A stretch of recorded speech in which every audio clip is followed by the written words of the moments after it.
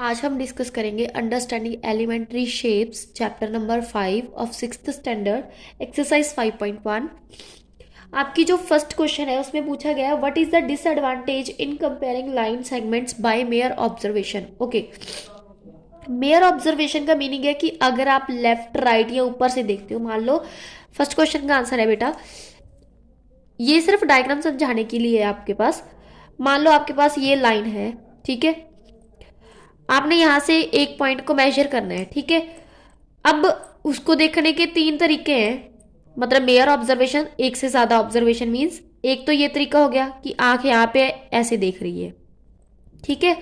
एक है आंख यहाँ पे ऐसे देख रही है और एक आंख यहाँ पे है ऐसे देख रही है, ठीक है। अब ये हो गई तीन तरीके की ऑब्जर्वेशन। अब उन्होंने पूछा है कि इस तरीके से देखने का, अगर हम लेफ्ट राइट या ऊपर से देखते हैं, मतलब इतनी बार या इधर उधर से देखने से क्या डिसएडवांटेज होती वो बतानी है हमने। पहली बात तो आपके पास ये वाला इनकरेक्ट वे है, जो आपका लेफ्ट या राइट से देखते हैं वो दोनों इनकरेक्ट आई है, और जो आपका ऊपर वाला है वो आपका करेक्ट आई है। मीन्स ये वाली वैल्यू जो है, ये वाली आई जो है, ये आपकी करेक्ट आई, ठीक है, करेक्ट आई पोजीशन है। ओके, अब अगर आप किसी भी पॉइंट को ऊपर से मेजर नहीं करते तो आपकी गलती हो सकती है, मतलब आपका .1 .2 की एरर आ सकती है, ठीक है। तो आपके फिर फर्स्ट क्वेश्चन का आंसर भी सेम ही होगा कि अगर आप मेयर ऑब्जर्वेशन लेते हो तो क्या डिसएडवांटेज होती है, चांसेस ऑफ एरर, एरर के चांसेस हो जाते हैं, chances of error due to improper viewing,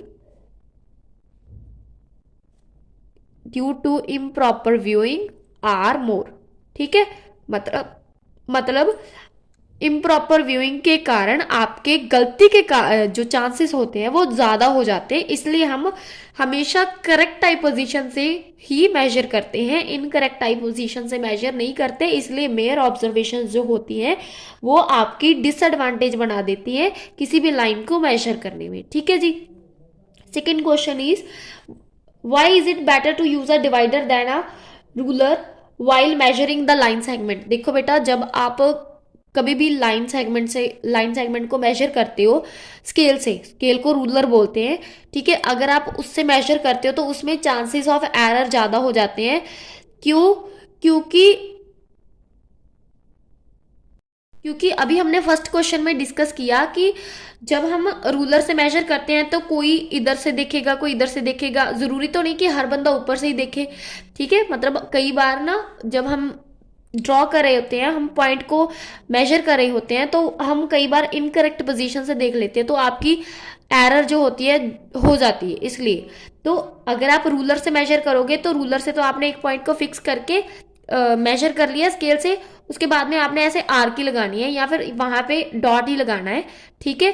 तो फिर क्या होता है, एक्यूरेट मेजरमेंट पॉसिबल हो जाती है अगर आप डिवाइडर से मेजर करते हो। तो सेकंड का आंसर हो जाएगा कि उन्होंने पूछा है कि डिवाइडर को हम ज्यादा प्रेफर क्यों करते हैं रूलर से, because accurate measurement will be possible, क्योंकि उसके कारण हमारी एक्यूरेट मेजरमेंट पॉसिबल हो जाती है, इसलिए, ठीक है जी, accurate measurement will be possible. Third question is, बेटा मैं सिर्फ आंसर लिख के उसको समझा रही हूँ, क्वेश्चंस आपके बुक पर है, वो मेरे पास बुक पड़ी हुई है तो मैं वहां से देख रही हूँ, आप भी साथ में बुक ओपन कर लेना ताकि आपको क्वेश्चंस दिख जाए, ठीक है। Third is, draw any line segment से A B and any point taking any point C lying in between A and B. Measure करना है आपने, measure the length A B B C and A C, is A B is equal to A C plus C B. देखो मैं आपको normally समझा रही हूँ बेटा, आपके पास आप कोई भी लाइन सेगमेंट लो, मान लो आपने इसका नाम दिया ए बी, ठीक है, उसके बाद मैंने इस लाइन के ऊपर कोई भी पॉइंट ले लिया, मान लो सी, ठीक है। मान लो मेरे पास ये जो लाइन थी इसकी पूरी की लेंथ है 8 सेंटीमीटर, और मैंने यहाँ पे जो पॉइंट लगाया मान लो इसकी लेंथ है 3 सेंटीमीटर, और जो आगे बच गया उसकी है मान लो 5 सेंटीमीटर, ठीक है। अब आपने क्या प्रूव करना है कि A B is equal to A C plus C B है या नहीं है। अब उन्होंने क्या कहा है कि C lies in between A and B, in between का है मीन्स आपने सी लेना है जो सेंटर में लेना है, इधर भी 4 इधर भी 4, ठीक है। तो आप क्या करोगे, आपके पास क्या आएगा, A C is equal to C B, A C is equal to C B है, तो इसका मतलब ए सी प्लस सी बी भी किसके इक्वल होगा, ए बी के, हैंस प्रूव्ड। वो कैसे आएगा वो मैं तुम्हें समझा देती हूँ। देखो ए सी की वैल्यू मान लो मैंने ली 4, दोनों 4 है, 4 सेंटीमीटर, तो आपका आ गया 4 सेंटीमीटर प्लस 4 सेंटीमीटर। अब ए बी की वैल्यू क्या थी, 8 सेंटीमीटर, तो यहाँ पे भी आ गया ना 8 centimetre is equal to 8 centimetre, left right equal आ गए, तो इसका मतलब आपकी ये वैल्यू प्रूव हो गई। ठीक है। Fourth question is if A, B, C are 3 points on a line such that AB is equal to 5, BC is equal to 3 and AC is equal to 8, which one of them lies between other two? Okay, question क्या है कि आपके पास दिया हुआ है कि A, B, C 3 points है एक लाइन पर, मान लो मैंने ऐसे लाइन बना ली A, B, C, A, B, C। मैं एक्यूरेट मेजरमेंट नहीं ले रही हूँ बेटा, तो आपने कंफ्यूज नहीं होना कि मैम ने कम ली लाइन या मैम ने ज्यादा ली लाइन। ठीक है, मैं एक्यूरेट मेजरमेंट नहीं ले रही हूँ क्योंकि ये रफ डायग्राम है, ये समझाने के लिए सिर्फ। ए बी आपको दी हुई है 5 सेंटीमीटर, ठीक है, बी सी दी हुई है आपको 3 सेंटीमीटर और टोटल ए सी दी हुई है आपको 8 सेंटीमीटर। अब उन्होंने सिर्फ इतना सा क्वेश्चन पूछा है कि ए मतलब इन तीनों में से कौन सा पॉइंट बिटवीन लाई करेगा बाकी दो के। ठीक है, तो वो हमें दिख रहा है बी, तो आप क्या लिखोगे, B lies between A and C. आप ऐसे भी लिख सकते हो point B lies between point A and point C. ठीक है, नेक्स्ट है बेटा फिफ्थ क्वेश्चन। फिफ्थ क्वेश्चन में क्या है, वेरीफाई करना है whether D is the mid point of A G. देखो वहां पे आपको एक डायग्राम दी हुई है, हम पहले मेजर कर लेंगे।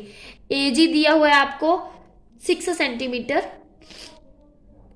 ठीक है, उसके बाद ए डी दिया हुआ है आपको 3 सेंटीमीटर एंड डी जी आपको दिया हुआ है 3 सेंटीमीटर। अब देखो इन दोनों की मेजरमेंट सेम है, अभी हमने पिछले वाले क्वेश्चन में किया कि A D is equal to D G आ गया, A D is equal to D G आ गया। अगर दो सेम है इसका मतलब जो आपका दोनों में आ रहा है वो मिड पॉइंट होगा। तो उन्होंने यही पूछा है कि वेरीफाई करना है कि डी मिड पॉइंट है। अब देखो दोनों में आ रहा है तो इसका मतलब डी सेंटर में होगा, तो आप क्या लिखोगे, hence D is mid point of A G, D is mid point of A G. ठीक है, because A D is equal to D G line segment. ठीक है, देन है बेटा sixth question.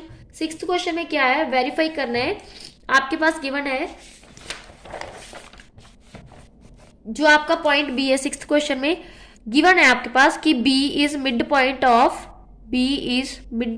Of A C.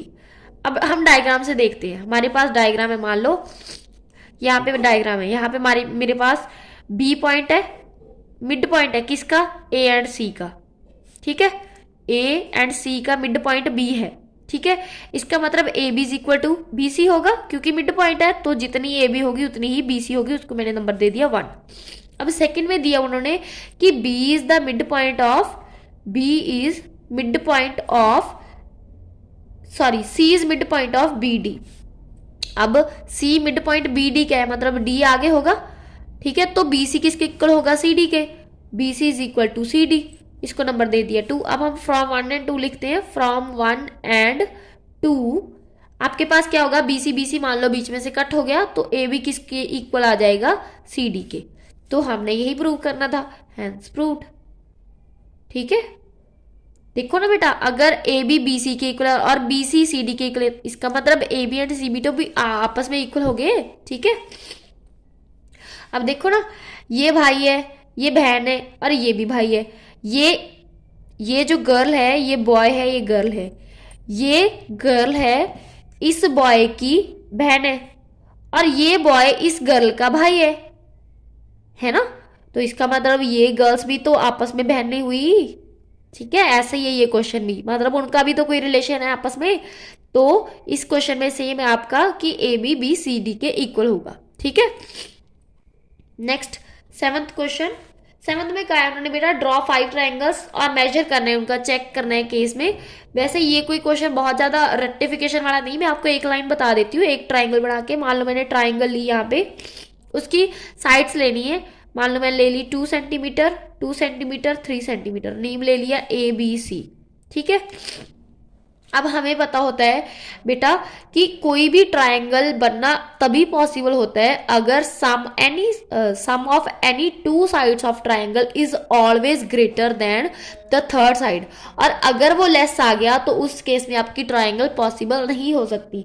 अब उन्होंने कहा है कि जो आपका फिफ्थ क्वेश्चन में उन्होंने कहा है कि कोई ऐसी ट्रायंगल ड्रॉ करो जिसमें दो साइड्स का प्लस जो है तीसरी से कम हो, लेकिन ये तो पॉसिबल ही नहीं है। तो आप क्या लिखोगे, this is not possible because sum of two sides of triangle is always greater than the third side. ठीक है, तो इसका आंसर नॉर्मली आ जाएगा। ठीक है, आप क्या लिखोगे, this is not possible, this is not possible because because sum of two sides of triangle is always greater than the third side। ठीक है जी, इसके साथ ही हमारी ये वाली एक्सरसाइज डन हो गई। अगर आपको वीडियो पसंद आई हो तो मेरे इस चैनल को लाइक सब्सक्राइब जरूर कीजिए एंड बेल आइकन वाला बटन दबाना मत भूलिएगा। Thank you so much.